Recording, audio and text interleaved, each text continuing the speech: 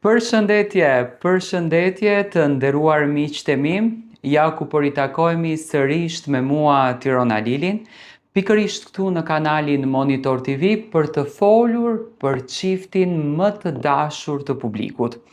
Do të ndaloj tek Luizi edhe tek Kiara, një çift që në fakt kanë ditur gjithmonë të falin dashuri, kanë ditur gjithmonë të falin kënaqësi dhe kanë ditur gjithmonë të na japin energjinë pozitive, atë që në fakt ne e kemi kërkuar. Çfarë po ndodh me Luizin dhe me Kiarën? Të gjithë jemi kureshtar të dim rrugtimin e tyre, të dim të rejat më të fundit, të dim filmin e tyre, po qoftë edhe një fëmijë të ardhshëm. Mendojmë që është koha që Luizi dhe Kiara duhet të bëhen prindër. Po para se të bëhen prindër, Luizi dhe Kiara kanë nisur një rrugtim shumë të bukur. Një film që u titullua Loja e fundit, një film që ngjyrat në dizajnin reklamues të emrit të filmit, nga që akoma nuk ka darë si trailer, ishin e kaltër edhe ngjyra roz, do me thënë ngjyrë mashkulli dhe femre. Në këtë film, dy protagonistë kryesor, kemi arritur ta kuptojmë nga të gjitha intervistat që Kiara Tito ka dhënë, është Kiara dhe Luizeli, do me thënë është Kiara ajo e cila dashurohet tek Luizi dhe normalisht janë marrëdhënia me shumë sfida. Por kur do të transmetohet ky film? Kur do të jepet ky film për të gjithë shqiptarët?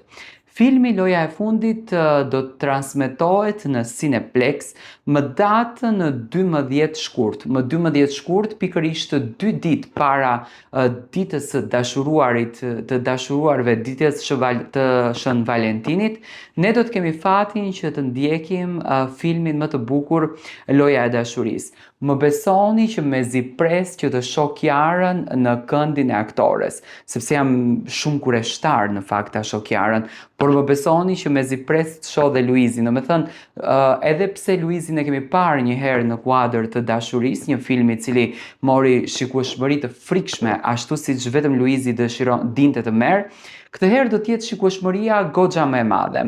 Ideja dhe regjia deri diku për filmin ka qenë e Luizelit. Do të thënë Luizi vetë nisi këtë rrugtim, ishte ideja e tij për të realizuar një film.